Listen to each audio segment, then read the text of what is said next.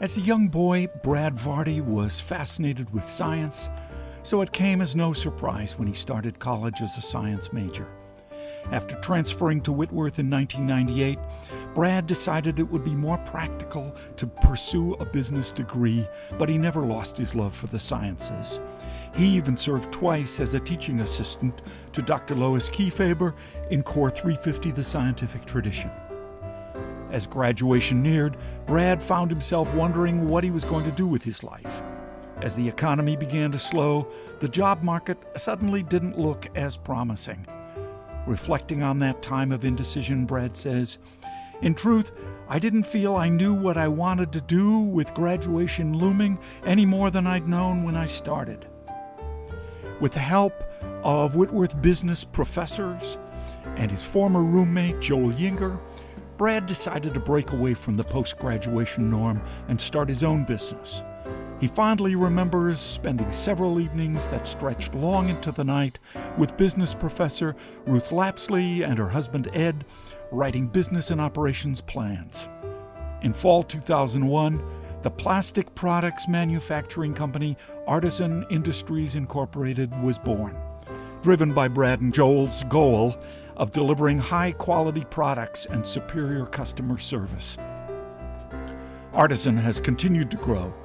The company, which manufactures sporting goods, insoles for shoes, electrical connectors, and illuminated push-button assemblies used on the flight decks of commercial jetliners, is certified by the British Standards Institution. While Brad's business ventures began to expand, his spiritual life was also growing. Not long after he graduated from Whitworth in 2001, Brad was recruited for ordination as an elder in the Presbyterian Church USA by the nominating committee of Mount Vernon Presbyterian Church. He was ordained and installed in 2005 as the youngest elder that anyone could remember in the history of the congregation. After his tenure on the session at Mount Vernon, Brad was twice elected to the executive board of the North Puget Sound Presbytery. Through this position, he was able to help Baker Korean Community Church join the PCUSA. More recently, Brad has helped to initiate a new agreement between Whitworth and the North Puget Sound Presbytery to build on their common heritage.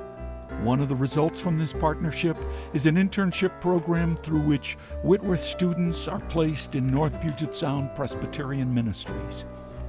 When asked about his accomplishments, Brad says, "One that I've been most proud of is being able to build a business that has been successful enough to contribute to my financial security and to that of our employees and their families. Also, I'm thankful that God has further blessed us enough to give back to and support Whitworth, which I believe has been instrumental in our success." Brad is one of the most generous young alumni in Whitworth history, having made significant contributions both personally and through his business to Robinson Science Hall and the Joanna Yinger Endowed Scholarship. Most recently, Brad and his company offered a generous challenge pledge that helped the class of 2012 complete the fountain courtyard near Brad's beloved college home, McMillan Hall. Brad hopes that he is preserving opportunities he'd had for future generations and left things better than he found them. He says, "I hope to use my God-given gifts and talents to the best of my ability to these ends." Looking back at age 34 on his memories of Whitworth, Brad reflects that his greatest lessons were learned not in the classroom, but through relationships. The closeness of Whitworth's community and the personal ties he formed here are what Brad values most about his college years. He says that being a Whitworthian is like being a part of a family. We share our successes and disappointments, our joys and our pain. We share our lives together.